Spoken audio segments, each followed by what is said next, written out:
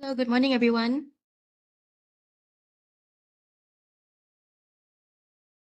Morning.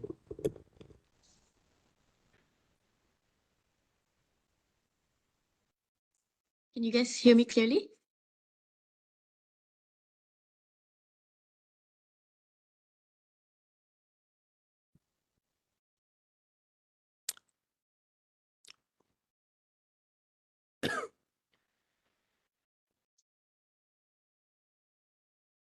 Okay, we'll start around 9:15, yeah?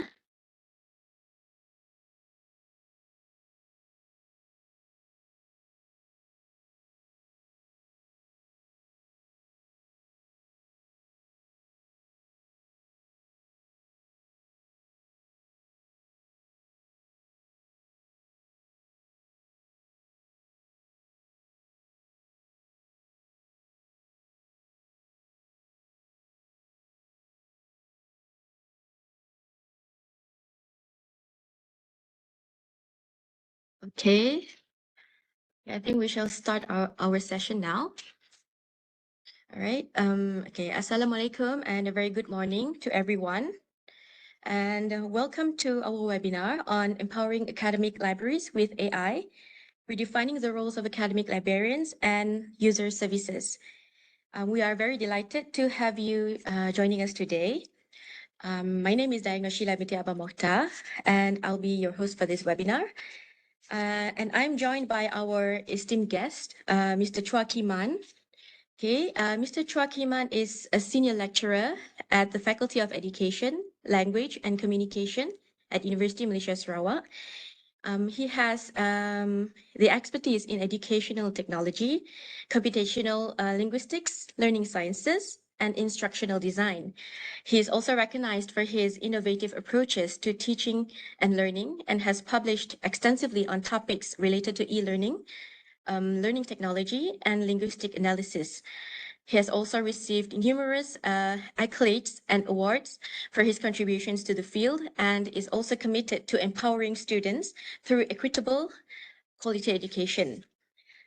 And before we begin, if you have questions, you can just type that on the chat section and our team will address them during the Q&A session. Okay, and without further ado, okay, let's dive into today's topic. Okay, Mr. Chua, over to you. Thank you, Sheila, for the gracious introduction, and good morning to everyone. Thank you for joining us today. Let me share my screen first so that we can get the ball rolling. Okay. I think you should be able to see it now. All right. So the topic or the title given to me as shown here is empowering academic libraries with AI and redefining the roles of academic librarians and user services. It's a bit mouthful, but then technically speaking, we are looking at how AI can benefit librarians as well.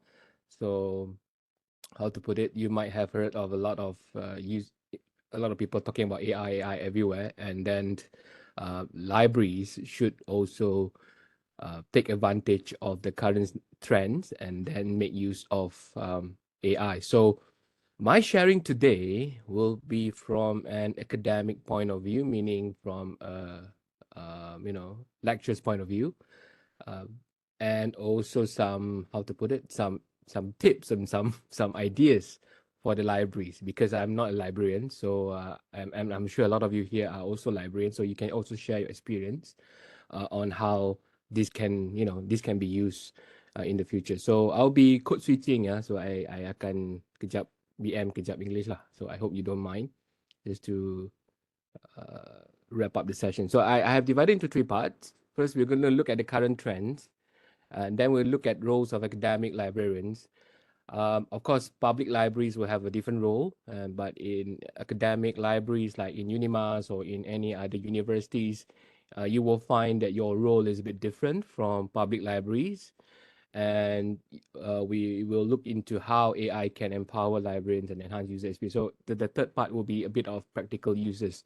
Um, of course, what I'm suggesting or what I'm proposing to share today may not be relevant to all of us, because some of us joining the session. Could be lectures as well, but you take what's useful for you, and then you might want to also share your experience in the in the chat box, and then we'll go from there.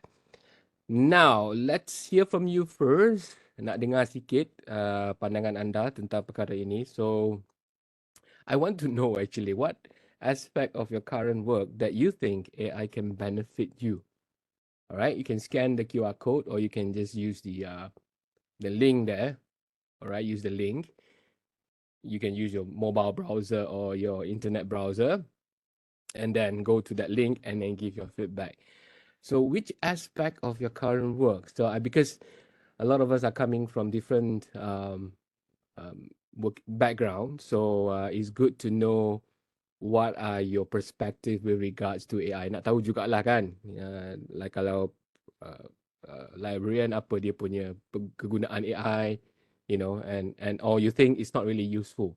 All right, so you can scan this and then give your feedback. All right, so let me. Are you able to go? Because I'm not sure whether, because this is a webinar mode, so sorry, I apologize for that. Are you able to scan? I hope you can, and then give your feedback there. Let me see. Where is my desktop? This one. Yep, I have some here now. Maybe I'll hide it first so that you don't get distracted. If you miss the QR code, is this one? All right.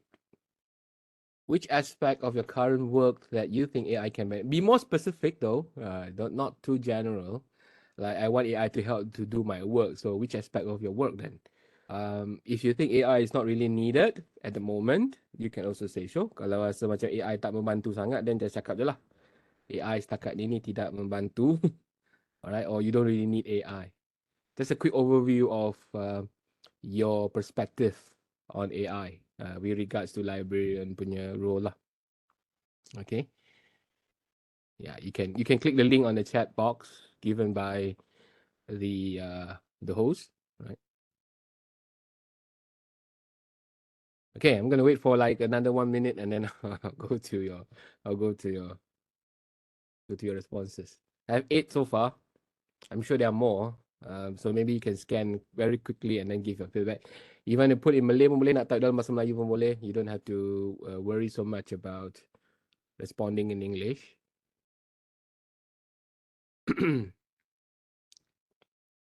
Okay, another 30 seconds just to get an overview. How many do we have actually, by the way? 55. So by right, I should have at least 50 according to the list here. Okay, cuba respond sekejap. Oops, sorry.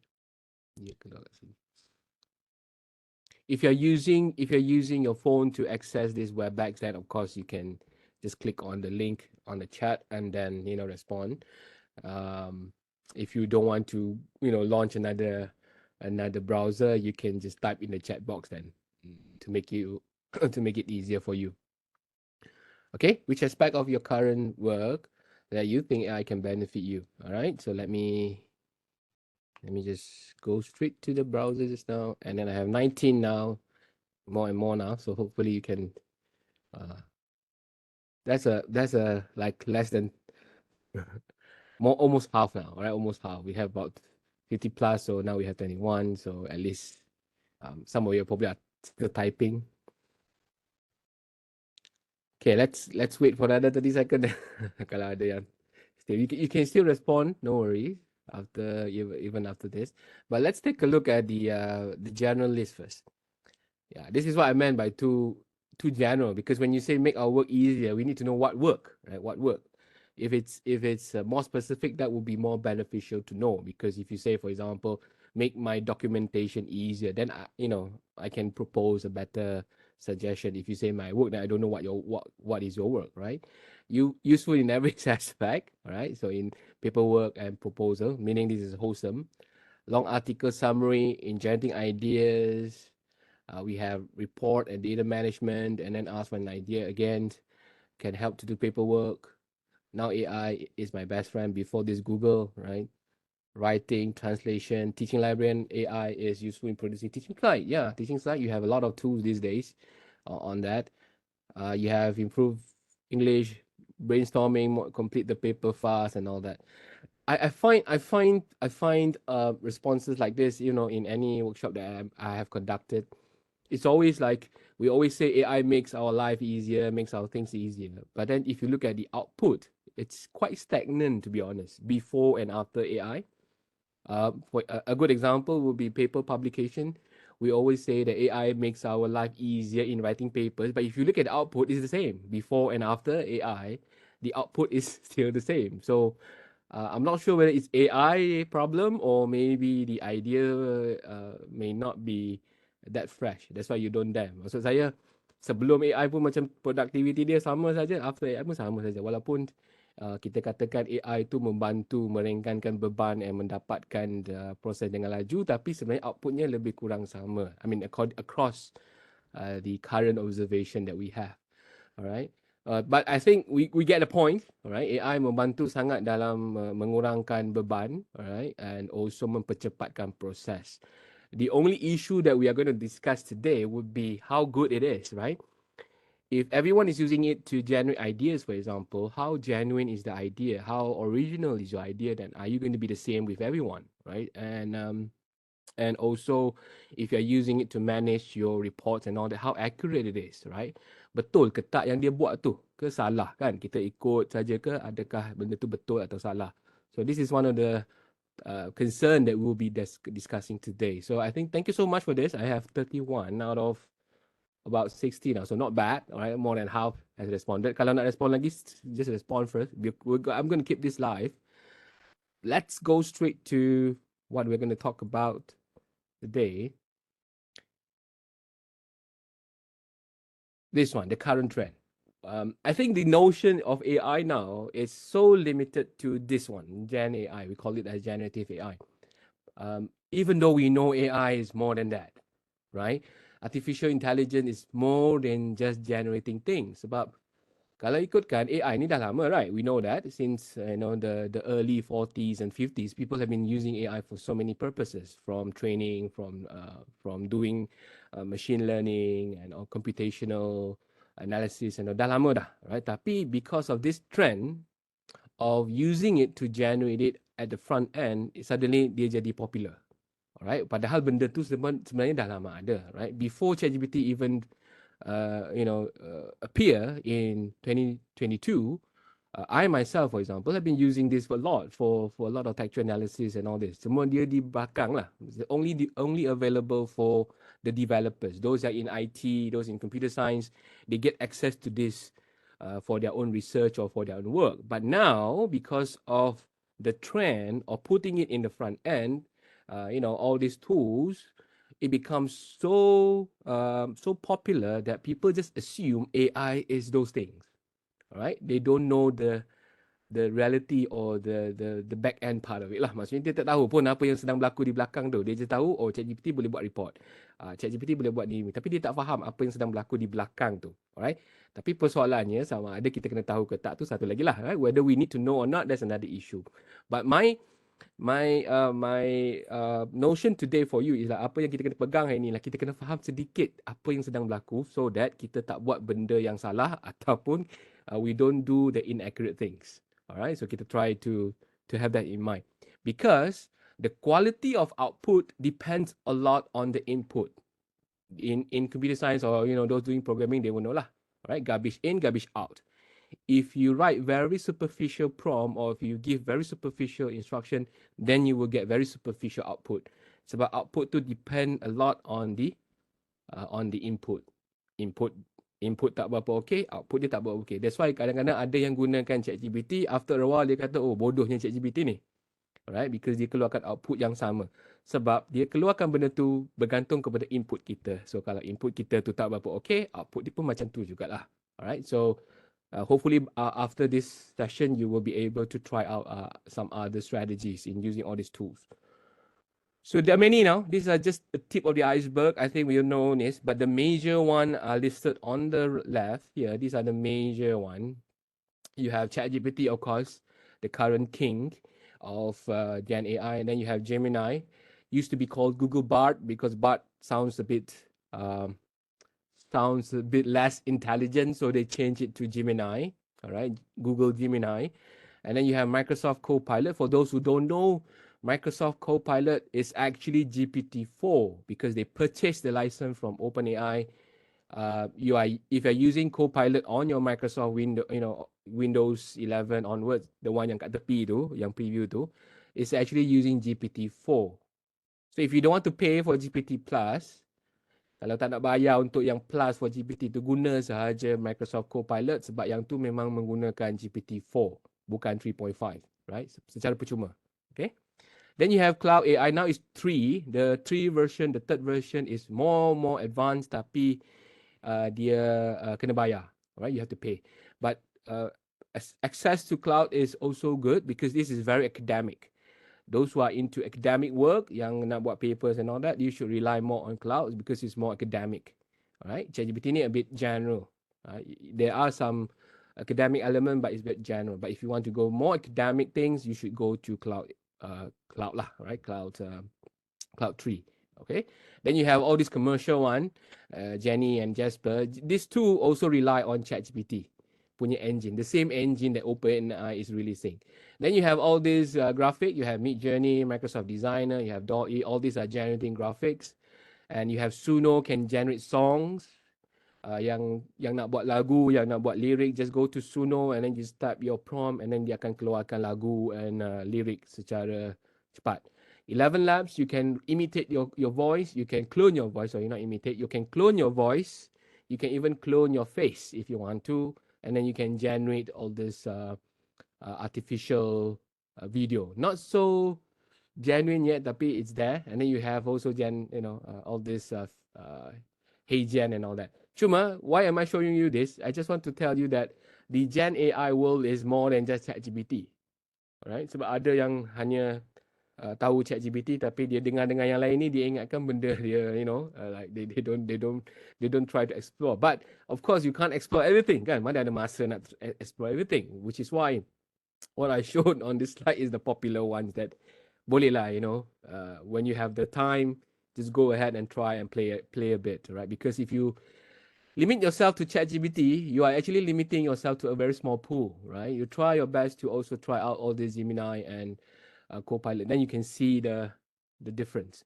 What happened is kalau ChatGPT 3.5 yang percuma, for example, you cannot access the web. But if you're using Copilot, Microsoft has integrated with Bing Search, then you can search the web.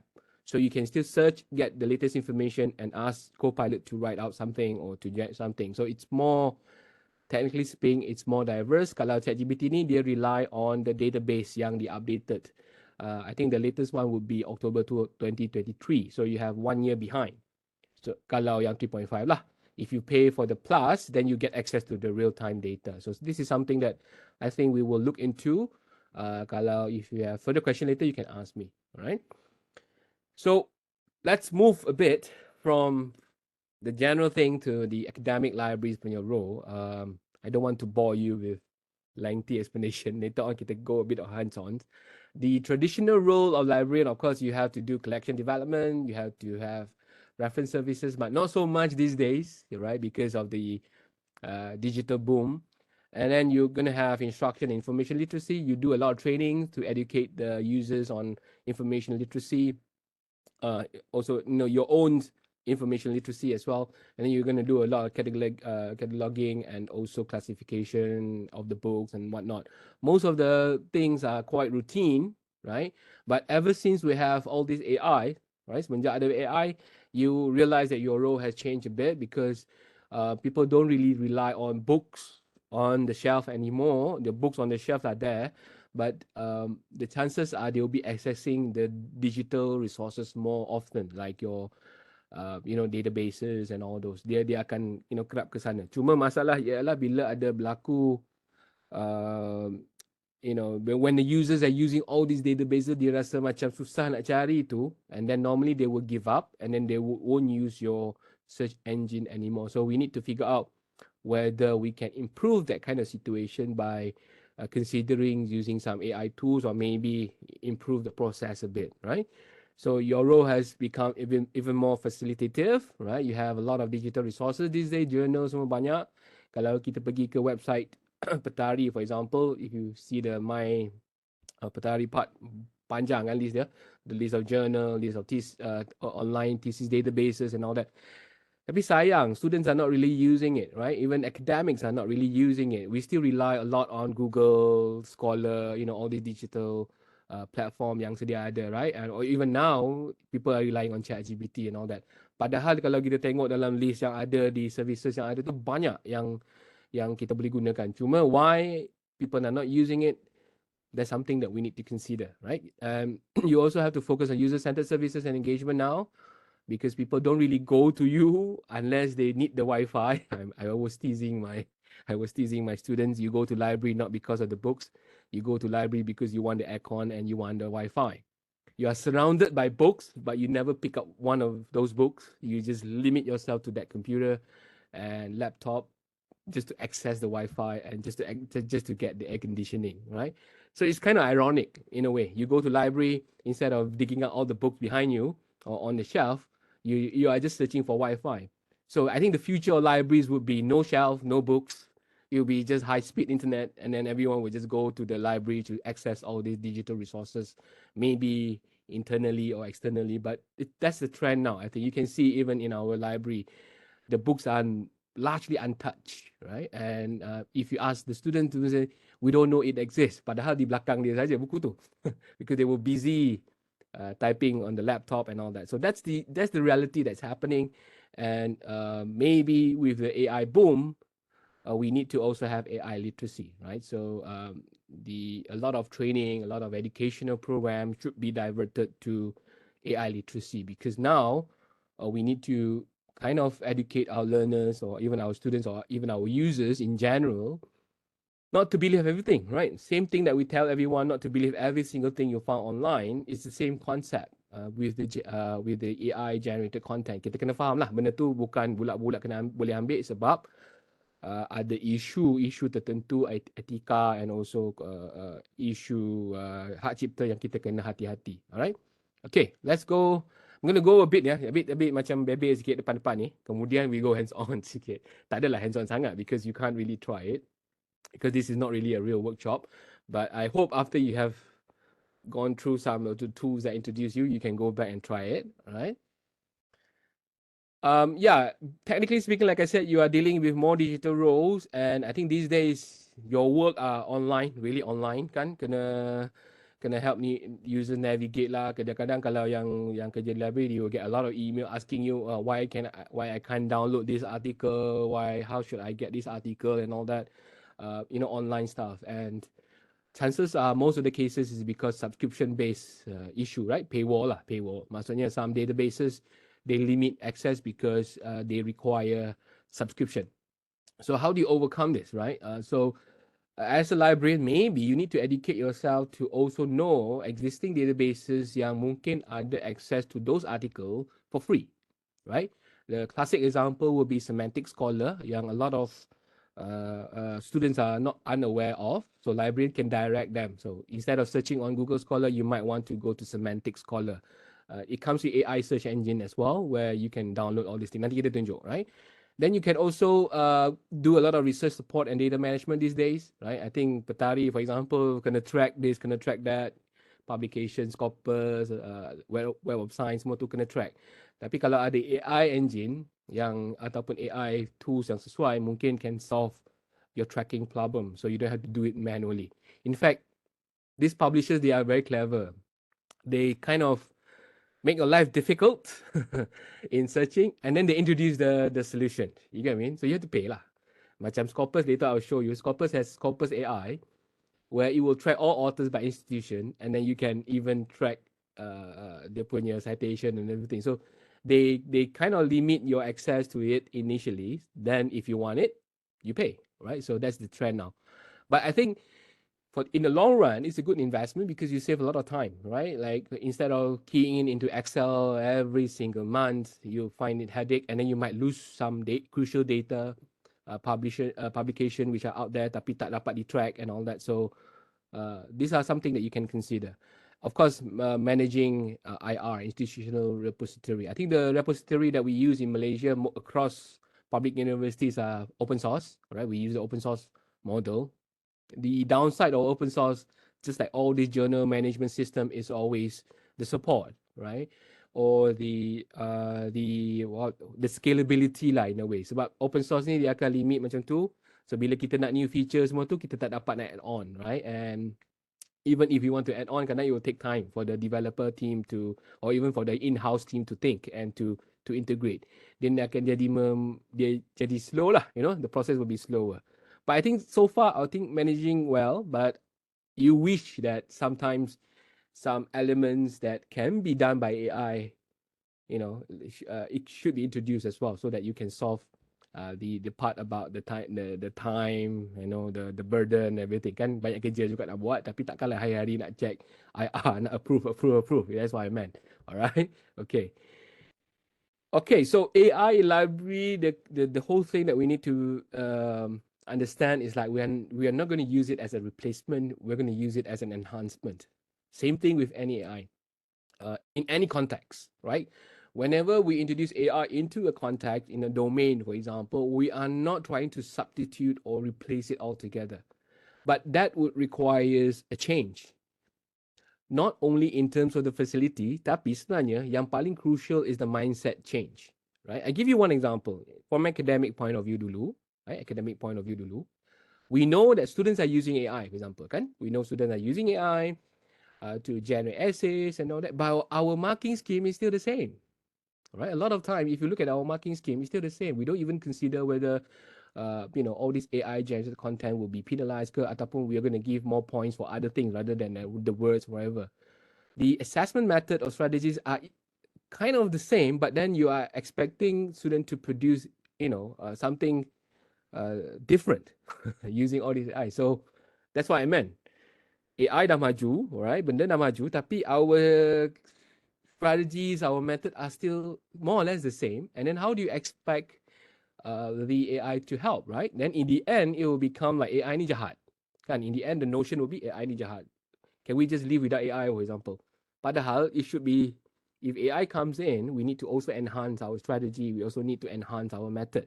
Bukan sekadar ambil AI masuk, replace, and then hilang, right? So we need to also consider what can be done so that the process or the strategies that we are using in libraries or in any domain is going to make use of AI for the benefit of our processes lah, no? Bukan sekadar just masukkan AI lepas tu kita buang, alright? Okay. First one that I'm not an expert in library or information management, but this is something that I think would be useful for the library. This may not be easily done using the free tools. You may require a bit of subscription, but I think this is the way forward. For example, predictive analytics for collection management. So far, I think for most universities, you will rely a lot on the course outline or maybe requests from lecturers. If the courses listed some materials, and then you will pull it into your kind of list, and then you will consider whether you want to purchase those resources or not, the references or not, right? Those are the manual way. But I think with AI these days, if you have that suitable plugin for predictive analytics, it can actually suggest whether you need to purchase or not, or it can even suggest you to save cost because dia sistem macam ni, analytic macam ni, dia akan bagi tahu you tak payah beli buku ni sebab buku ni ada available for free in all this open domain. Faham tak? So instead of relying on the manual way of calculating or maybe manual way of pulling all this lists from the references that you have in the course outline or maybe course plan or whatever, and then you ask the lecturer whether they need the book or not, or wait for the lecturers to suggest and all that. I mean, that's one way, of course.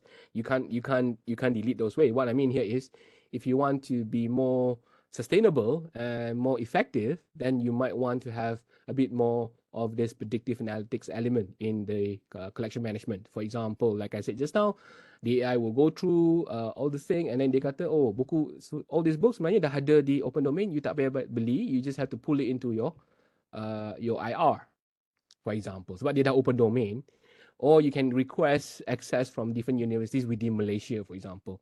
So that will be more sustainable in the long run. And libraries in Malaysia's in the UA, for example, are connected anyway, kan?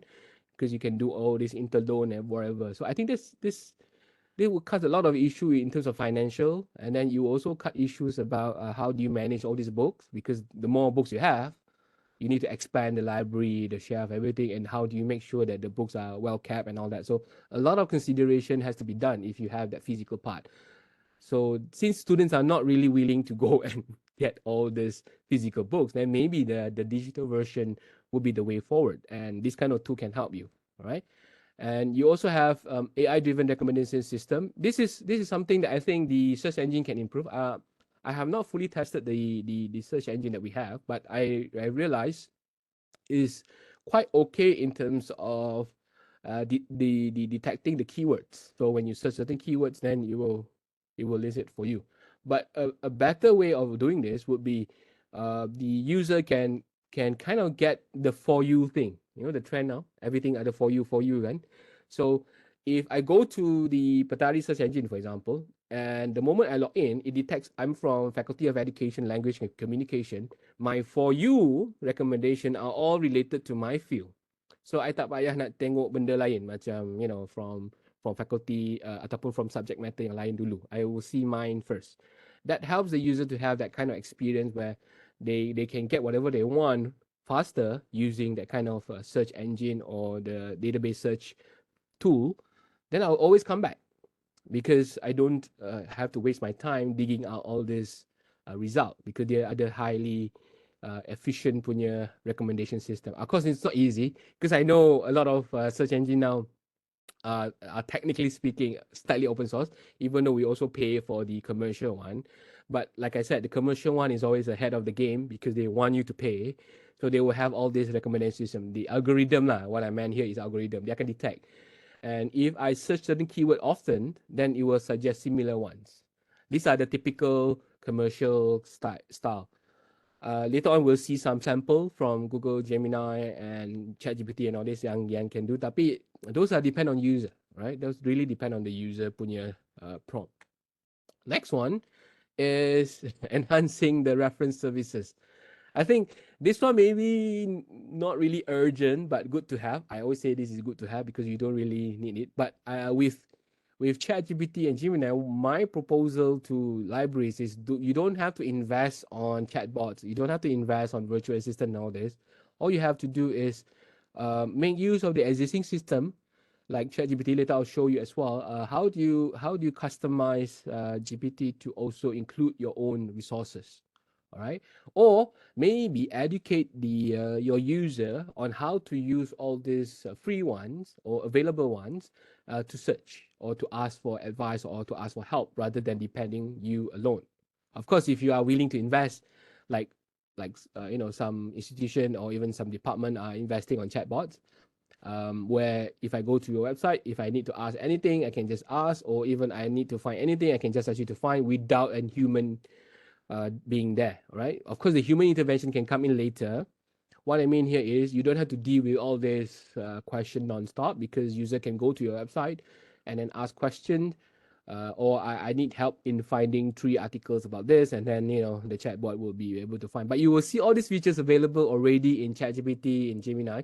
So my point here is, if you are not willing to invest in all this, which I don't think you should, just make use of the free one. Kan gunakan yang percuma ni. All right, yeah, and just have to educate the users how to use it, right? Reference management tool is also very, I think, very crucial these days. I'm not sure about other libraries, but I think the responsibility of educating the users about how to do proper referencing and all that also it's one of the like additional thing that you can do. Uh, Teaching them some software that they can use to manage the referencing and bibliography and all that, right? Okay. Then we also have information retrieval and discovery. I think this one is similar just now. I just want to go through all this before we go to the hands-on part. We can have AI tools for resource discovery. All right, like I said, the search engine that you have in your database for every library should be as good as asking ChatGPT. but I'm sure that's going to be a lot of investment. What I mean here is kalau kita dah terbiasa dengan ChatGPT or way of answering, for example, and then if I go to your library's database search, I can't get what I want directly. I won't use your search engine. Right? I won't use whatever you have. So because of the way it responds in terms of the result, same thing here lah. Right? Same thing that I mentioned just now. Last one is the supporting research. So I'm proposing all these things first, and then we'll go one by one. Is how to put it, the role of the library in facilitating the research process. I think a lot of time when it comes to this will be kalau researcher ataupun lecturer, they will ask library to find this, find that. I can't down, like I said just now, tak boleh download articles. Can I get this article from other universities and all this kind of management of uh, uh, you know resources, right, from one end to the other end. Library also in charge of this in a way, because you need to make sure that publication and all those research data that you are published elsewhere, you also have to capture and then keep it and all that. So it's quite a lot of things to be done actually, right? So how do we manage all this? So I'm going to go for research first, and then we go to the smaller one, just to introduce you so that you know what's happening now, the current situation. But these are the kind of like the five aspect that I think would be beneficial for libraries, especially academic libraries, to consider when it comes to cara nak gunakan AI lah, cara nak inject AI dalam tu. I'm kind of, proposing five, right? Of course, there are more, but these are the five things that you can consider. Okay, before I go to the the two part, any questions so far? Just in case, kalau ada. I'm not sure. I mean, I don't see anyone typing, but just in case you have any question. Ada? Okay. Oh, ada. No, Liana Muhammad raise. So how should I do this? Okay, host dah. Ada? Okay.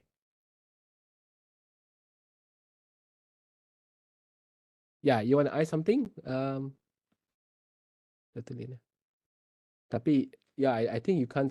Sebab yang ni webinar mode kan? I'm not sure how it works.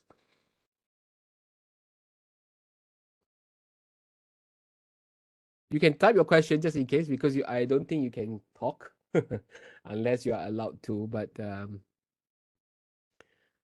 I see you raise your hand just now. So do you want to ask anything?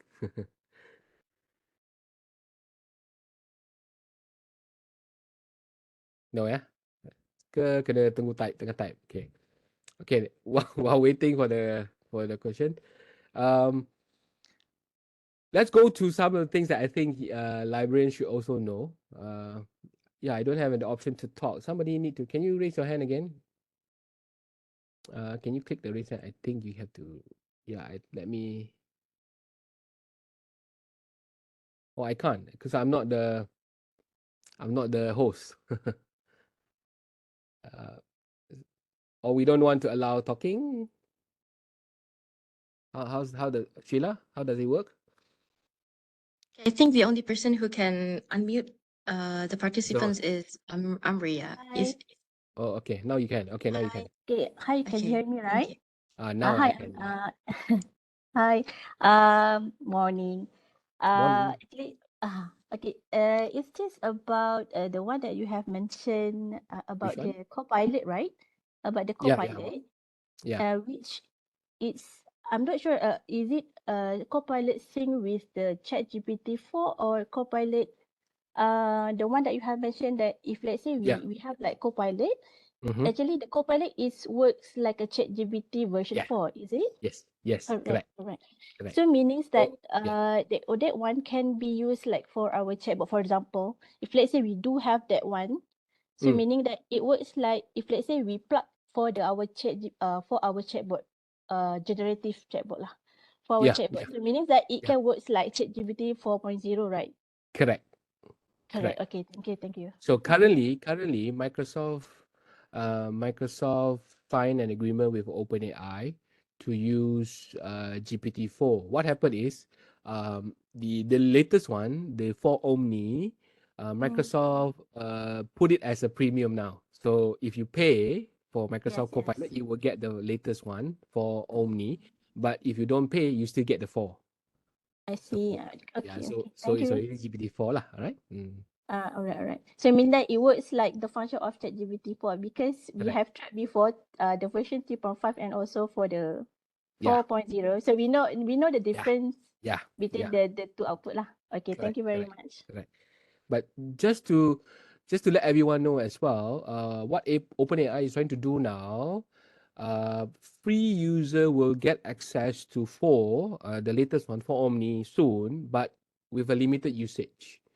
So OpenAI has decided to open up that for Omni to everyone, but by stages. I think at the moment, Malaysian, not everyone is getting it yet for the free one. So kalau you bayar tu memang you will get the latest one lah. But the free user are still stuck at 3.5. But they are going to release the 4 Omni to everyone with limited usage. Meaning they limit lah. Contoh within 3 hours you can only use 20 times, 30 times like that, right? For the 4 Omni. And later on, I'll show you the difference. I think some of you have tried, and then you will see a vast difference between 3.5 and the paid one. But if you don't want to pay at all, or if you don't want to wait, you can use Microsoft Copilot. It's already built in on your Windows actually. If you updated your Windows 11, you will see this at the side here. I'm showing you my screen. So kat tepi ni, kalau you nampak Copilot, this is the Copilot lah. So I was showing the demonstration the other day. All right. Then you can even put generate photos directly from your Windows. You don't have to go to the platform. And you will see is GPT-4 lepas tu dia akan link dengan resources because it integrates with the Bing search. That's the advantage of Copilot because dia dapat search online. So technically speaking, quality dia slightly better because you get access to the comparison of the sources. And the best thing is you get access to all this. Like you nak generate gambar and all this. These are all nice photos that you can generate for your slides and all that. Okay, so boleh try lah kalau yang tak nak bayar for how to put it, tak nak bayar for GPT Plus. Alright, ChatGPT Plus. Okay. Thank you for that question. So I think let's move on a bit to the tools now. As I was saying just now, as a librarian, I think there are many tools actually. In a lot of my workshop on research in AI, I think research lah yang paling banyak gunakan AI because we don't have. I wouldn't say we don't have time. What I mean here is we want to save time when it comes to research process, particularly in looking for literature. Kan, nak buat literature review semua tu. That's the part that I think a lot of researchers are really normally will put it at the side lah, literature review and all this. Even though that is the most how to put it, that should be the easiest part because I think the hardest part will be the analysis and making sense of your data and everything. But these days there's so many tools now. I am just touching the top 3. Kalau yang berminat nanti can join my other workshop research and AI lah, yang tu more tools, but this is the one I told you just now. Kalau libraries, I'm sure the publisher Elsevier will keep on telling you now you should upgrade your search engine and use the Scopus AI punya engine because you don't have to waste your time digging up all the all the articles or by your staff or by academics and how to put it, dia macam jual this solution lah nanti kan nanti library akan dapat all this dia akan promote this lah Scopus AI. I think it's really useful and I think the way forward kalau you betul-betul nak manage data of research data and all that, the research center should also collaborate and get access to this because you save a lot of time in tracking the authors, tracking your researchers punya work and all that. Okay, this is one lah. But the one that a lot of academics are using are also this few. There are many more, but these are the one. So as a librarian, why do you need to know this? So let's say lah kalau ada lecturer ke ataupun academic, researchers ataupun student yang datang to the counter ataupun maybe ask you online, dia kata how do I find this and that, and then you found that in your database tak ada, then you can point them to this kind of tools. Alright, so I'm going to introduce you to Consensus dulu. I think they're popular, so I tak payah go into detail, but I can. Let's go to Consensus app dulu. This is one of the most popular one. I'll show you the ChatGPT later, in a bit. So this is the consensus platform. I will not go one by one because you don't really need to do one by one. But I just want to tell you that as a librarian, maybe you need to know that this thing exists so that you can suggest the researchers or the students or the lecturers to go here. Kan? Contoh kalau dia dah search on your database but couldn't find something, then point them to consensus dulu. So they can search anything. Whatever lah. Let's say I just type this one. Just click on the topic, or they can just type the title that they want to find, and then consensus will do a quick summary of the latest articles or latest research, and then you will see all this article being listed here. Alright, of course I tak sign in. Kalau you sign in, you will be able to export, and you can also click cite, and then you will get the citation and everything lah. This is some additional stuff.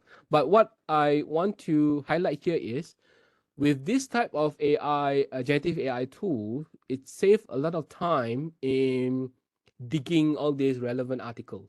Alright, maksudnya kalau dulu mungkin dia kena search satu-satu dalam your academic database tu, satu-satu dia kena klik. Now they can just type the title, alright, and then find it here. Contoh, the articles they want, when they search on your library punya search couldn't find it, they just copy the title and put it here, for example lah, apart from the topics. Then they will get to see all this listed for them. Okay, and for those who are doing research, or researchers or lecturers, one thing good about consensus is you get to have these insights, like highly cited, rigorous journal, meaning this is a good journal. You don't go for the low tier journal that could be predatory or could be not so impactful. So because in our research, we also need to cite high impact journal as well, because if your reference lists are all low tier journal, then it gives an impression that you are not citing the good resources, right? So if you go to consensus, dia akan bagi input macam ni yang sangat berguna lah. Okay, I'm not going to go into detail, just telling you that this exists so that you can point. All right, the one that I also like is Insightful. This is fully free. Yang ni tak bayar. Yang consensus tadi tu pun dia bagi percuma, tapi every day dia akan limit your usage. Kalau Insightful ni is totally free. So same thing, kalau researcher, lecturers pergi to your library couldn't find anything, just ask them to find the paper or DOI, whatever here. Right? So I'm going to use the same thing, maybe digital visual aid. If you have the title, you can type the title. If you don't have, then it will just type the keyword lah. Let's say this is the article. Just click on it, and dia akan generate the graph. This tool is to find related articles, right? Related articles. Maksud dia, kalau yang ni dia tengah ni, dia kena loading. Let me find others.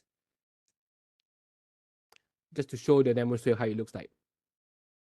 It will show the related articles or the connected papers in a way. So you save your time, find one, dia snowball jadi banyak. Alright. So kalau if you are assisting researchers to find resources, this is also a good tool. Kalau kita sedang membantu, lecturer ke apa ke tengah buat, you can see one paper here just now.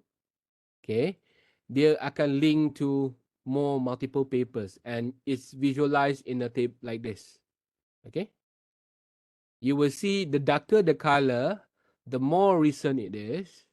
All right, the bigger the bubble is, the more citation it has, kan?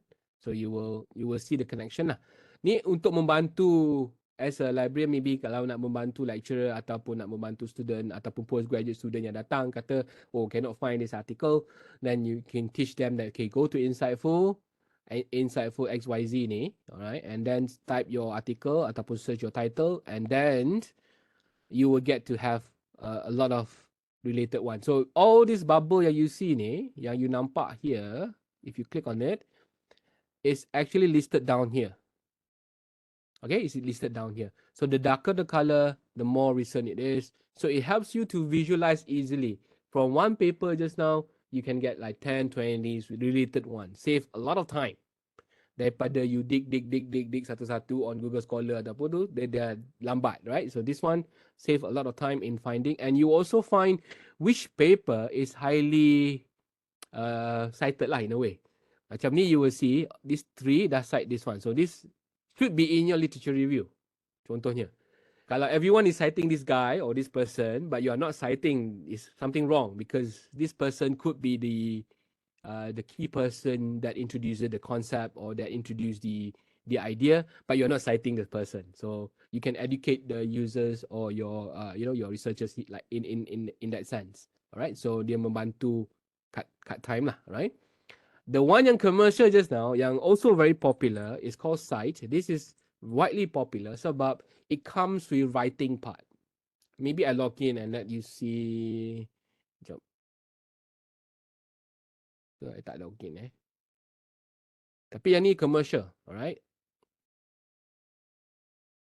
Yang ni kena bayar sebab I tak guna sangat. Tapi I know a lot of researchers actually paid for this sebab Site, sorry, just put here. This one, because it's commercial, just to let you know that it exists lah. Alright, so what happened is kalau you search for anything like your publication and all that, let's say you cite, okay, visual aids. Ni contoh saja ya, don't worry kalau you lost sikit. Sebab yang ni lebih ke arah tools that you can help the researcher lah. Okay, contoh you click this one. Yang ni kena bayar, that's why dia kena bayar. Alright, tapi I belum activate. What I mean here is, kalau ada researcher yang willing to invest ke apa, you can suggest them to try out this tool dulu. This is just commercial part lah. What happened is, it really dig into each paper and then it will give you the insight according to the citation and all that. So dia akan go give more details. Alright, and you can copy to your literature review or copy to your writing lah. So dia akan terus keluar dengan citation semua tu. Alright, so this is just additional input for you. I'm not, you don't have to, tak payah risau nak belajar lah. Cuma just know that in research world, all these two yang AI ni dah wujud. So jangan limit yourself to like, okay, pergi Google Scholar ataupun go to the database yang we have in the library, for example. So you can educate your users to try out all these tools. Okay. So these are the three dulu, yang banyak lagi, but these are the research part. Okay, let's go to maybe the administrative part sikit, right? Administrative part sikit. Next one. Yang ni. I don't know whether PeTARY is using it, but I find this quite useful in ChatGPT sebab you can actually do machine readable cataloging punya record. Biasanya kalau cataloging ni, you have to now tak adalah manual sangat because normally you have that record already. But let's say you need to create one for your system, right? Because the MRAC ni dia ada different way of cataloging. ChatGPT has this feature. Alright, so kalau you pergi ke ChatGPT, okay, you can actually say create a machine reader MRAC. Sorry, I need to something is not right here. Okay, can you see by the way, because my view dia lari sikit. Okay, MARC record. Cari book title lah. Contoh introduction, I don't know what book, I just simply say dulu, introduction to marketing. If you have the author, that would be nice, but this case I don't have, so I just a demo sahaja ya. These are just demo. Okay, dia akan cari and then this book, tapi kena verify whether the book is correct. Tapi yang ni sebab I tak bagi specific detail, you can see this is a hypothetical book. Okay, hypothetical book. Tapi kalau ada detail with ISBN and everything, you can type it in here and then you can generate the code and you can just copy the code and use it in your system. Then it will explain to you what does the code means or the field means. You want to apa, blah, blah, blah, blah, blah. Okay, I'm using for Omni here. Alright, I'm using for Omni, the latest one. Kalau you use 3.5, let's say I use 3.5 now. If I type the same thing, okay, still can do the same feature. All right, so 3.5 can also do this kalau you memerlukan this process. This is more on the administrative or management of the resources a bit. Okay, itu satu lagi adalah yang relevant one is the code tu kan, the Dewey code tu ni, yang this one. right? Dewey Decimal tu kan, the point. So if you have the name of the book or the with the author, everything, like this is my example here, suggest the DC number to use for Bijak Merancang Wang by Afian Matrawi. So dia akan dan dia bagi. Okay, tapi normally you don't really need this, but sometimes it's quite direct. But if you need help, assistant to suggest what are the DDC for certain books or certain resources, you can also ask ChatGPT ataupun Copilot. All right. So if you want to demo, maybe I need to find one book first. Give me some.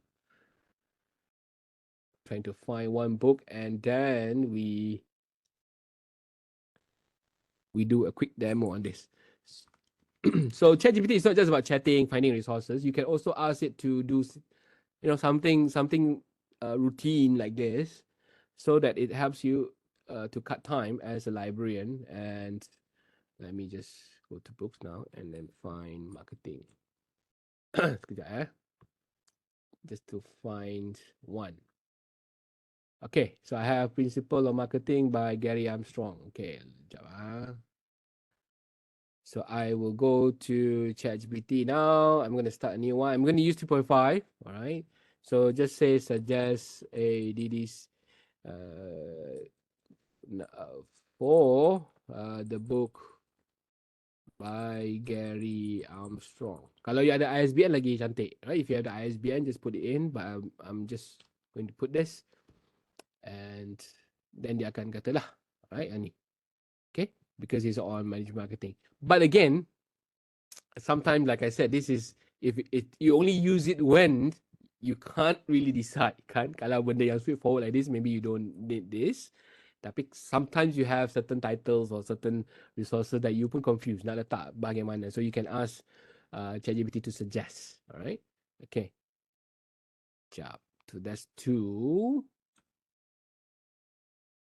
Translation. I think a lot of you are using this for translation. And just to show you the difference, the latest one for Omni has a better corpus for Malay. Bahasa Melayu dia lebih cantik. Alright, and it goes both way. So what I did was, I copy one synopsis yang bahasa Melayu ni, yang tepi ni, bahasa Melayu. Buku tu bahasa Melayu lah. Right? Buku tu 62 Teknik Kewangan Keluarga. So it's by Afian juga. So I copy the synopsis and then I asked to translate to English. If you compare side by side, you will see the English translation is accurate, right? You get me? Kalau you compare the concept and then dia siap translate di yang ni. Contoh, biar sikit-sikit, lama-lama pasti jadi duit. You can still have bit by bit over time, it will surely turn into money. I mean, at least dia tak merapu, right? Kalau the old translation, it will be like maybe, let sikit-sikit ni maybe little, right? So dia macam not direct. So this one at least now it makes sense. Okay? So dia punya translation quality tu lagi cantik. If you're using 3.5, the quality is a bit lower, all right? So but can still help a lot of how to put it? A lot of translation lah in a way. But sebenarnya translation dah okay, cuma kena tukar. But if you're using 4 yang latest for Omni or even 4 and above, you will realize that BM dia lebih cantik. I mean BM vice versa lah kan, BM dia boleh faham dengan lebih baik. So I think this is useful if you are required to translate the synopsis, you are required to translate the resources of whatever you're doing, right? So at least you cut half of the time. I shared one video before on my channel, and then I was comparing across the generative, the famous one. So I compare ChatGPT, I compare Copilot, I compare how to put it, the cloud. I also compare Gemini, right? In terms of the BM quality, the 4 Omni is the best so far.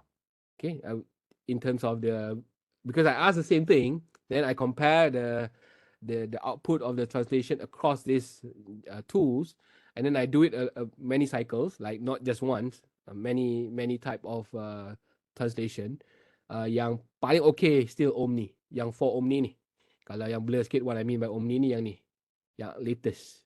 GPT-4 dia ada O kat belakang, Omni. So that's the latest version.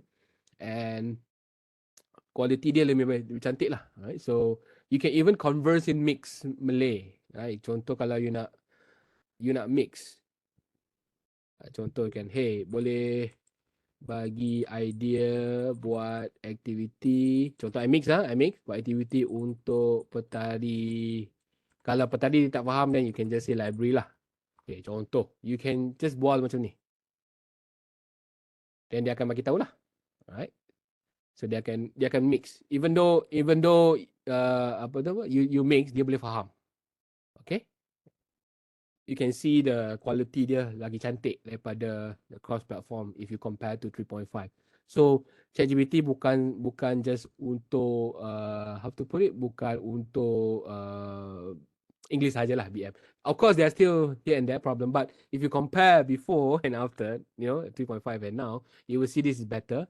And then you will also realize that kalau you across platform, ChatGPT 4 only is still the best when it comes to Malay. Kalau you perlukan this lah. Alright, so that's for the translation part. Okay, what else? Let's go straight to the next one. Yang ni. Let's say you are required to find out books to be recommended, kan? You are not sure which book to be acquired, nak beli buku tapi you are not sure. You can also ask ChatGPT to suggest. Normally it will run through all the major reviews, all the platform, macam all this lah, bestseller books and all this. Then it will be able to suggest books. Ni kalau you don't have the existing list lah. Kalau if you already have list from the lecturers or from the course, whatever courses or whatever, then that is already like kind of guaranteed list. And then you can do the search, right? You can have the list, put it in Excel or put it in Microsoft Word, and then you upload it to ChatGPT and ask ChatGPT to run through, find the open source version and all that. Okay. Now, how to put it? This is membantu lah kalau kita nak, running our idea, nak tahu nak buku. So you can say suggest books on finance, published in 2024 that must be collected by the library or must be acquired by the library. Contoh dia. Okay, because it's a must read something, or it's highly read, right? So you might want to check out. But some resources may not be accurate. Like after you click on this, it will tell you that it's not available in Malaysia, for example, and all that. So you might want to check. But at least you have a short list. Kalau dulu kita kena cari satu-satu kan, you can have to cari catalog ni lah, catalog tu. Now you have one platform for you to do this. Okay, you can do the same with Gemini or any other tools like Copilot just now. Just use the same prompt but tukar ke platform lain lah. Okay. This is for activity. I think some of you mentioned just now nak buat activity for library or how do you make use of it. This one I tukar ke Gemini. Yang tak pernah tengok Gemini, yang ni percuma juga. Google bagi percuma at the moment, tapi boleh bayar kalau nak yang advance. Tak bayar-bayar tak apa, guna Gemini yang normal ni. This is how it looks like. Okay, yang ni Gemini biasa. Kalau you bayar, it will be Gemini Advance. Okay, so Gemini yang percuma, you can do a lot of things. So kalau you nak plan activities and all that, you can ask Gemini to do it sebab dia boleh search online. Contoh, you can say suggest an activity for the library. Okay, to be done with the kids, for example, contoh lah. Kalau ada, of course this is a bad prompt. Kalau prompt yang bagus adalah you kena give more context, like umur berapa, and then what type of activity do you want? You want to focus on reading, you want to focus on, recreational, entertainment, whatever, you have to be clear, alright? So now I'm very random, then dia akan bagilah all these details. Okay, so because Gemini can search via Google, you can even ask it to create resources, find related resources online. So dia akan cari. So because Google Gemini ni dia boleh Google, so dia akan carilah, alright? So you can search, like for example, give the links. you can ask it to give links. So it will give all the links. Tapi dia macam yang ni, dia macam tak jalan sangat ni, repeat ni. Alright. Let me just prompt dia sikit. Kadang-kadang kena marah. Where are the links?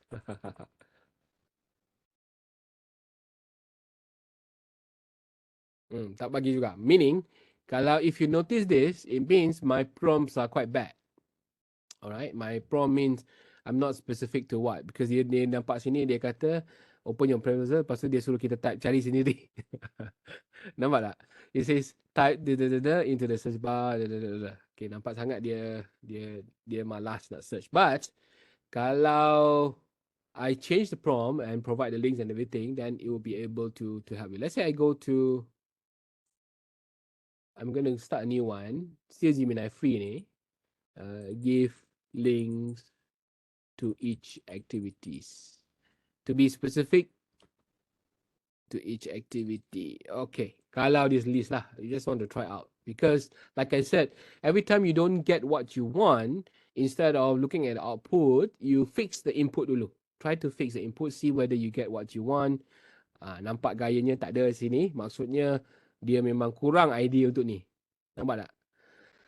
The moment you realize that output dia keep on showing the same thing, right? Meaning in the database that or the large language model that this Gemini has very limited idea on this, right? So you don't really get a variety. So kalau you cari, I cari, and then everyone else cari about the same, you will get the same idea. That's the downside of generative AI because it depends a lot on the database. Kalau I pergi ke advance kejap, tengok kalau ada perubahan ke tak, we will try this. Sometimes it's good to try all this and then you change the prompt, then you will see the difference. Then I get more. Nampak beza dia? Alright, so just now bila I ask yang the Gemini yang free tu, yang older version, it doesn't give you the resources. If I ask the advanced one, you get the link to all these things, right? So dia akan bagi tahu link, and then when you click on it, and then you get more ideas. Okay. If you are paying for Google Drive, yang kerap guna Google Drive, kalau you dah bayar untuk Google Drive, tapi kalau di Unimas ni kita tak lah, sebab we have OneDrive. Just in case for those yang guna Google, if you use Google Drive and all that, if you subscribe to the Google Drive already, you can actually get advanced for free. Dia bagi sekali dengan Drive punya subscription bundle lah. If you're using if you're not using Google Drive, then you have to pay for this, right? Ni untuk advanced punya feature lah. It's just something for them to make money.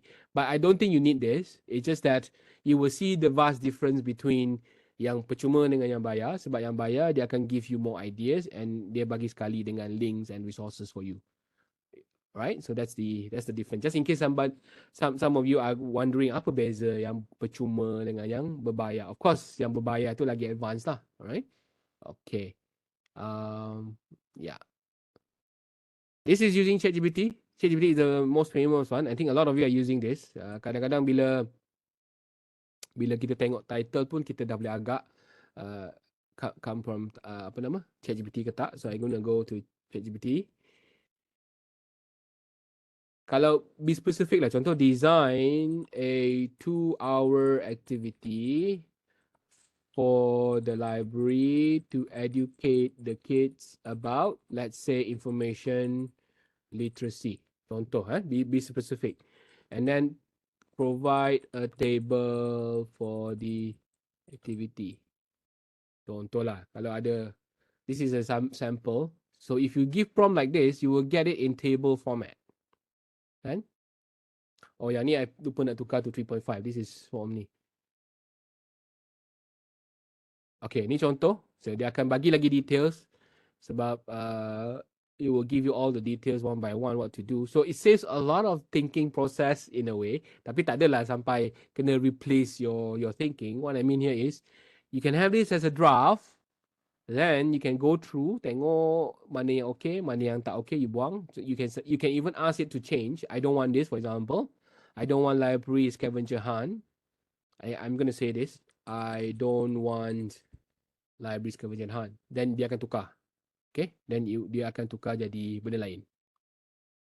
This is how you use ChatGPT. Jangan ambil lepas tu nampak output tak cantik, you choose abandon. You should keep on asking. Okay, you should try your best to keep on macam assistant lah. I don't like this. I want to change this. I want to change that. You keep on prompting, and then it will improve, and then you will get what you want. Okay, that's how it works, right? Kalau you go for 3.5, I'm gonna start a new one so that it's clearer for you. Boleh nampak beza dia nanti. Kalau 3.5, you akan nampak dia punya idea tu hampir sama, tapi how to put it, the more you ask, dia akan keep on keluar yang ni lah. Entity yang sama akan keluar, right? But at least you still have a rough idea, right? At least you dah ada table semua ni. The downside of 3.5 ni, you tak dapat copy dengan cantik lah. But you can download the extension untuk download ni.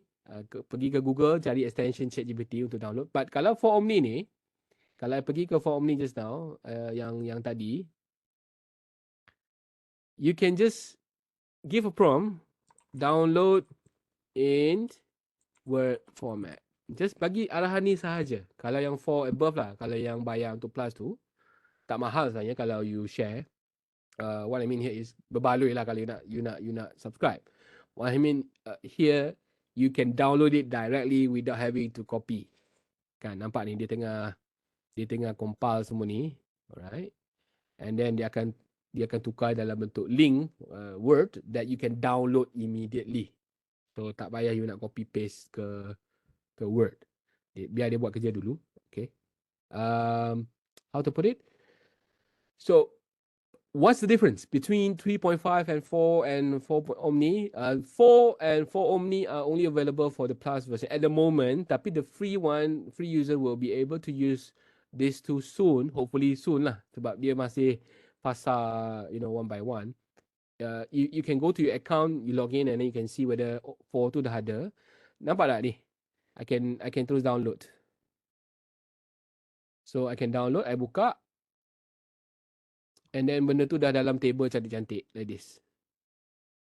Okay, of course I can still change the layout semua tu lah. Compared to kalau yang 3.5 tu, you kena how to put it, copy paste kan? You kena copy paste. Sebab ada fungsi untuk download. Tu beza dia lah. So in terms of library punya usage, maybe this one will save more time because you terus dapat dalam bentuk Word document, and then you can change whatever you want to change. Alright? Okay, that's one lah. Let me see what else I put on the side. I pun dah tak ingat dah. Sekejap. Before I go to analysis, I think tak ada lah kot. Sekejap. Yang ni ethics. Okay. Another one that I think you should benefit from the AI tadi. Let me just tutup yang ni sekejap. Pergi ke ChatGPT balik. Is the analysis part. Some of you mentioned about analysis just now. And unfortunately, analysis is only available for 4 and 4 Omni above. Right? So kalau I tekan yang ni, kalau ada 4 or 4 Omni, I can upload. Kan, nampak tak? Kalau 3.5, dia tak ada butang upload ni. Kat bawah ni tak ada butang upload. You can't upload anything. Tapi kalau 4, you boleh upload. Right? You can upload. And you can even connect to OneDrive. You can even connect to Google Drive. Right? Once you connect, you can upload the files. Okay? My advice to you, kalau you nak upload ni, make sure you clean dulu your data. Mana-mana info yang private tu, like nombor telefon, what else?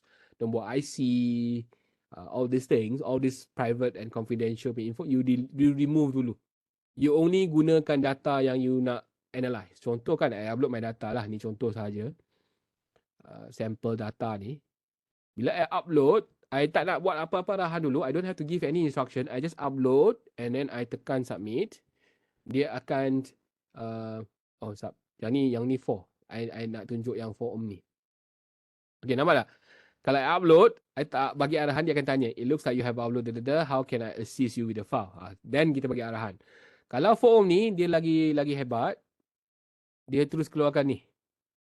Nampak tak? Beza dia. Yang ni 4. Yang ni 4 Omni. Dia akan terus keluarkan table yang ni di dummy sajalah contoh. So contoh, I would say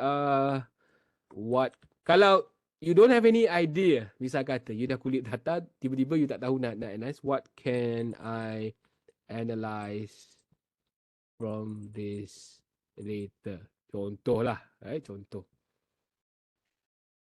So they can go through the things that you have uploaded, and then it will try to suggest some.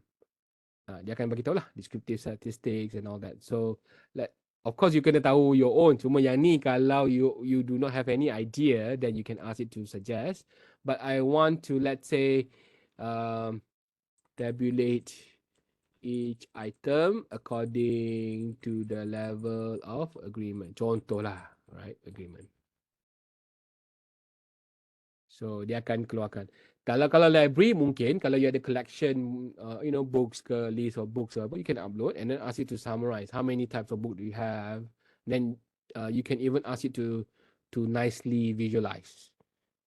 Okay, dia akan tanya ni, if you need further analysis or visualization, please let me know. Contoh lah yang ni sahaja kan, I want it to be ni salah ni, dia go by item. Salah. Do it item by item. Okay, contoh. Bukan salah sebab arahan saya ni tak jelas. Okay. Every time if you notice that the prompts are, the outputs are not good, you have to check the input. Yang ni baru betul.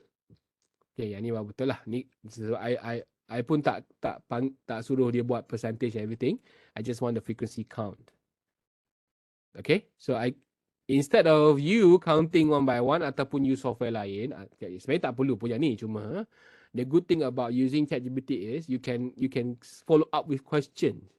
You can do follow up with question. Kalau you use like Excel, SPSS, whatever, yang tu memang betul. In fact, you need to use that for analysis, right? Memang kena guna yang tu. But if you want to have some idea or insights from your data, then you can ask ChatGPT to kind of help you lah.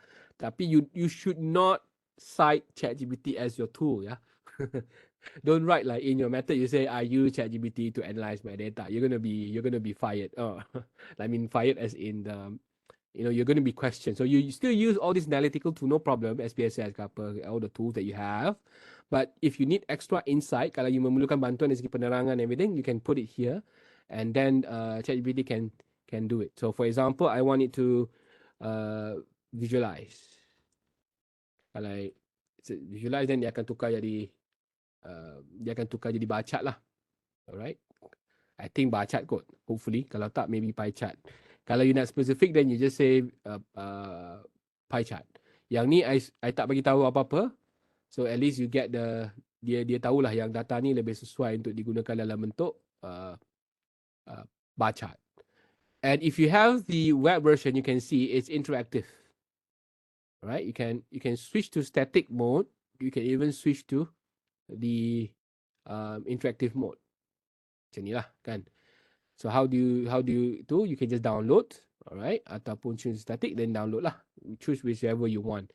So it's really helpful in analyzing whatever you need to analyze very quickly. Not saying that you need to trust it 100% because you still need to check. What I mean is you save a lot of time in getting the bird's eye view of your analysis or of your data. So you can even say, describe each. Right? So dia akan bagi penerangan. It will try to describe. Okay? Dia akan bagi penerangan. So you kind of get it to help you to do a bit of research punya process. Not to say you can rely on this. In fact, I don't encourage you to use for inferential.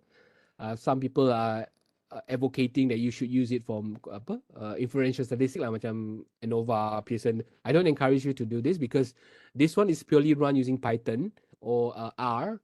Cuma kadang-kadang coding Python dan R tu mungkin lari and then you don't get the accurate result. Tapi kalau descriptive is okay. So far descriptive has been very accurate in calculating. Cuma if you notice something wrong, it could be the prompt, right? It could be your prompt. Okay, gonna be more specific lah, right? Okay, this is the analysis part. So if you have the list of books, if you have any resources, collection, or whatever, you can upload it here and then ask ChatGPT to help you. Why am I not encouraging you to upload to other places? Because so far, kalau yang analysis ni, for Omni is still the leading ones. So kalau you upload to Gemini, if you upload to Copilot, you don't really get the same quality, right? Especially Gemini, that's one of the accuracy is still very low, right? Okay, so that is the part. okay, those are the suggested tools. I mean, I don't want to overwhelm you with too many because I'm also not quite sure what you need. That's why I asked you the earlier question tadi. I'm just giving my first impression of what librarians should use or should at least have in your process of dealing with researchers, dealing with academics, dealing with students, and all that. So you can always suggest them to explore the tools that I have covered. But for yourself, I think most of the time would be using ChatGPT to generate ideas, all right, and to also do this kind of thing. Cuma if you're asking me the quality wise, if you do not want to subscribe to ChatGPT Plus, you should at least try the Copilot first because Copilot is using 4.0. Okay, 4.0. Yang Copilot I showed you just now, this one, the one at the side, because you can also upload and do a bit of analysis if you want to. It's just that for Copilot, Microsoft has tweaked it a bit. So sometimes the flow of conversation can be cut off. This is something you need to aware of. Something that you need to be aware of means when you ask a prompt and then you follow up with another one, Copilot kadang-kadang dia terputus. Alright, terputus. Okay. Yeah, I just mentioned just now. ChatGPT 4 is already available for. I mentioned it just now, but not everyone is having the access because it's stages. All right. So with very limited use. So, but I think, yeah, you can try it out first, and then if you realize that it's really useful, then you can subscribe. At the moment, not all users are having it because they announced it. They're going to do it in stages, and with very limited use. Yeah, I mentioned that earlier. Do Gemini have the limit to access? Because I tried to open the website, the result cannot be accessed to the result cannot be accessed to the Gemini. Oh, you mean the website? I think I think it shouldn't be. Maybe your domain or your IP is blocking. I don't know. You have to check. It shouldn't have that. Gemini is free. Open Gemini, the free one, yeah, by Google is available for free. In fact, Google has no limit on that. But when the server is over capacity, you will get that notice. But you say here result cannot be accessed means maybe your network, all right? So far, no issue with that, right? Yeah. So if you go for the free one, they don't really have a limit. Not like ChatGPT 3.5 even, right? You will say that you can only type 40 40 messages or whatever, 40 prompts. Okay, that's why I don't sure. So you better check with the network. Sometimes it's the network issue. Something that we need to realize, AI, all this engine relies a lot on the quality of the network. Um, I'm not sure whether you're aware of this. The speed of your internet actually can affect the output. For example, when you search something and how to put it, when you search something and your network is slow, it will just go for the surface. Dia akan jawab macam pendek-pendek, alright? Or maybe something is not really relevant. It could be your network issue. If you have high-speed internet on that, you realize the output is better. So it kind of related to that because it's going to try to access, right? Jojo was saying, do you have any for a Chinese AI? I got this a lot. Unfortunately, the reliable ones are not, I think, not accessible because they are all in China and they don't allow external use. But so far, if you were to compare the across all these existing one, the slightly better one is still ChatGPT. But you can try Gemini Advance but this one you have to pay. Gemini Advance has a slightly better Chinese tools, right? But I mean Chinese output. But to be honest with you, the good ones are all in China, and they limit the usage. In fact, I got this a lot. But if I have any, maybe I'll share somewhere, and then I'll let you know. Um, it's quite hard, right? It says that my account is managed by Angular. Yeah. That's the problem. If you're using your organization one, you have to check, right? I don't know. Is this Gemini but Google shouldn't have any problem. Maybe you need to clear and then sign in again. I'm not quite sure about this because when you can't log in using all this thing means it could be your your institutional account or your network at the moment. If you don't want, if you want, you can try using your personal hotspot or something and check whether you can access. Because I know sometimes it detects the IP, all right, from certain institution, and then you can't access it. But so far, I think Gemini has no limit. It doesn't have any limited access. Okay. Any other question? Okay. Same thing with Copilot, by the way. If you are using Copilot, sometimes when you log in using your organization email, like Unimas email, for example, it will say that you're using organization one. You need to sign out and then create another one. I remember I had to create one, just specific for Copilot usage, because it's like this: generative AI tools across the world, they have certain policy where organization will block usage. I mean, block usage as in they scared that you leak out organizational data. All right, this applies to everyone, not just in Malaysia. In most companies, they don't allow you to use your company email or whatever to sign into certain tools unless the admin allows, because of privacy concern. There are many cases where some organization, the employee are chatting among each other using, not among each other, I mean with ChatGPT and all this. They reveal some unnecessary things. All right, so they don't want it to happen. So they have this security feature where you can't use it when you are using the organizational email. So you need to create another personal account. But in your case, if you have been using your personal one, I think you need to check. It could be your network, or maybe you need to sign out first from the browser and then sign in again. Sometimes it happens. I always think that they try to make life difficult for the free accounts so that you will pay. All right. So same thing with ChatGPT. Even though ChatGPT, OpenAI has pledged that they will allow more people to use GPT-4 only for free. I doubt that would happen because they need to make money. So eventually they will still say that you can use for Omni for a while, but then you have to pay. All right. So yeah, something that you need to be aware of lah. Benda percuma kan, dia pun nak buat duit juga. So you have to be aware of that. Okay, I think I'm going to end with the last part. If you have more questions, just type it in the chat. But just quickly run through with this one. Just a quick overview on something that we need to be aware of bila we guna AI ni. One is copyright intellectual property. Now, the problem with this thing is, like I put there, the legal status of AI generated content is still under debate in many jurisdictions, meaning even in Malaysia, the copyright law stated very clearly that you can only be held accountable if the things that you are copying belongs to a human. Keyword dia ialah belongs to human. Kalau you go to Akta Hak Cipta kita ni, you baca betul-betul, you can only be sued if that thing is owned by a human. So what happens if you generate something from AI and then you use it? Is that counted as infringement? All right. If you ask the current status of lawyers, a lot of lawyers will tell you still gray and you can get away with it.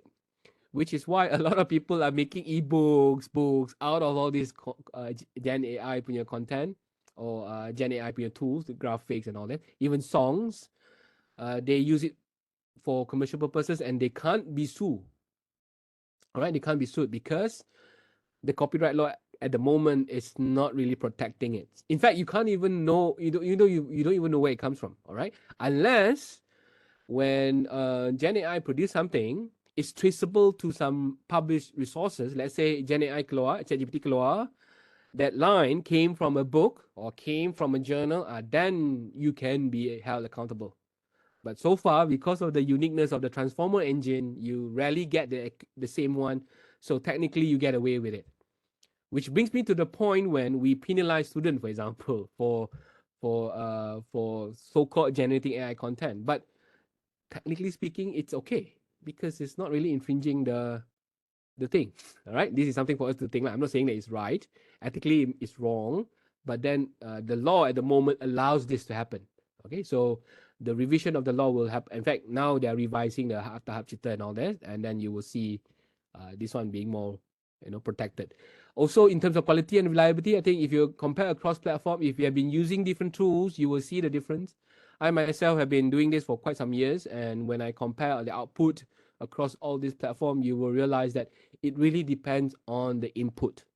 If your input is bad, then you will get the bad output, right? So you need to check perception and trust as well, whether you want that trust to happen, so you don't really get into trouble, right? Because of the trust issue. And last one is the bias and authenticity. Now, the bias is in terms of the large language model. Now, what we meant by bias is like every time you ask for something, it will go for the larger corpus, like the European one or in the US. For example, just now when you ask for an activity, dia akan tetap keluar scavenger hunt because that is the popular one in the West. Dia tak akan keluar idea-idea yang di sini. That is what we meant by bias. So you have to be very careful lah. That's what I'm, because idea dia tu kebanyakannya daripada the majority, the bigger size of the corpus which are from there. So every time you ask something, then how to put it, you will have problem looking for localized thing. So kalau you tanya in Malaysia pun, it will try to use the western part and then they just tukar the Malaysia, the let's say US to Malaysia sahaja. So it's very superficial kind of authenticity. So you need to check. All right. So ni just summary lah. So but my point is this one. I think we need to embrace, even though you may think that librarian may not be doing all this thing day to day, but it will be good to know, especially if you are having that training or educational program for your users and all that. It's good to know all these existing tools so that you can help them and also help yourself in solving day-to-day work or day-to-day routine punya task lah, right? So yeah. Okay, let me see if I have any question. Dr. Ho, is it? Looking at all the skill needed in AI environment, they are really advanced AI skills. Developing AI blah, blah, blah, has been a challenge to some of us. So what would be a better way to promote AI literacy in education? Wow, that's a big question. I think we need to, we can't ignore information literacy, I think, because that one to me is still a priority. AI is just the vehicle. Maksud di sini, I think the student need to be aware of the how to identify reliable, unreliable, all this information literacy stuff lah. They need to be aware of those first, right? And then only you can promote the AI. But I do agree with you. It's not easy, right? Because you really need to have a strong, IL knowledge or skills before you can go into AI. But it's always good to start early. My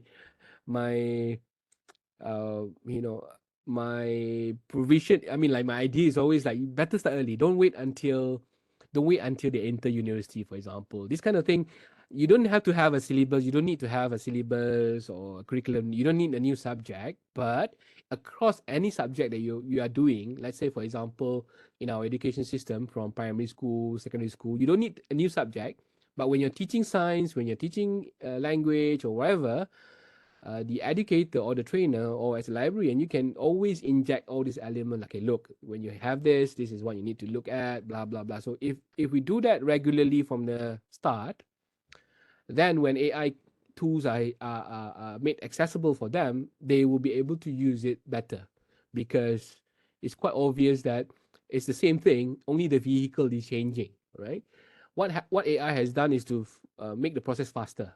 That's how I see it, because what we are having now is not really the highly intelligent AI anyway. It's more or less the same thing, but then make it faster, because if it gives the impression that it's doing the thinking process for us, right? But at the core of it, kalau betul-betul kita siasat, AI yang kita ada sekarang, all this is still the general AI. It's not even general AI that we aim for, like the highly intelligent one yet.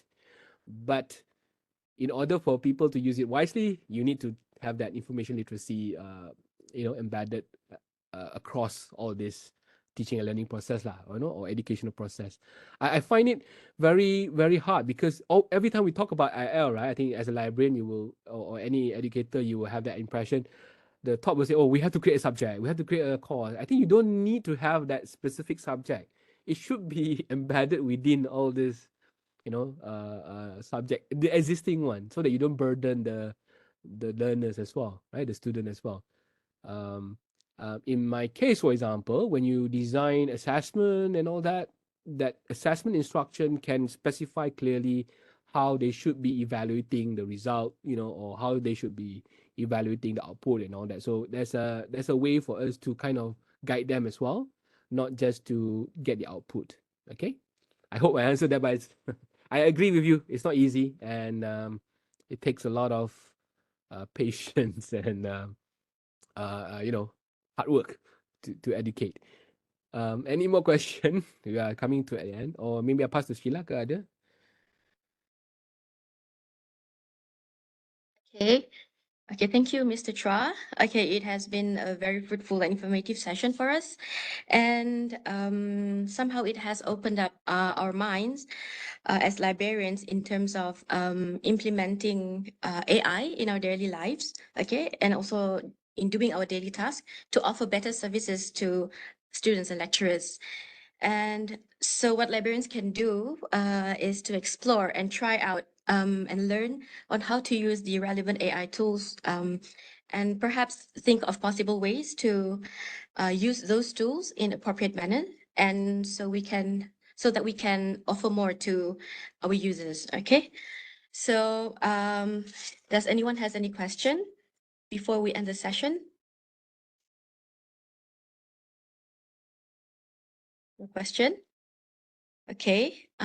Mr. Chua, is it okay if in case they have emailed me any questions after this session, I'll convey to you? Sure, sure, Okay. sure. Yeah. Okay. All I right. will email the slides to you, or how? Yeah, you can email Someone to is. me. Okay. Yeah. Okay. All All right. right. Okay. All right. I think that's all for today. Okay. Thank you so much, everyone, for your time, and have a great day. Thank you, Mr. Chua. Thank you, everyone. Thank you for your attention.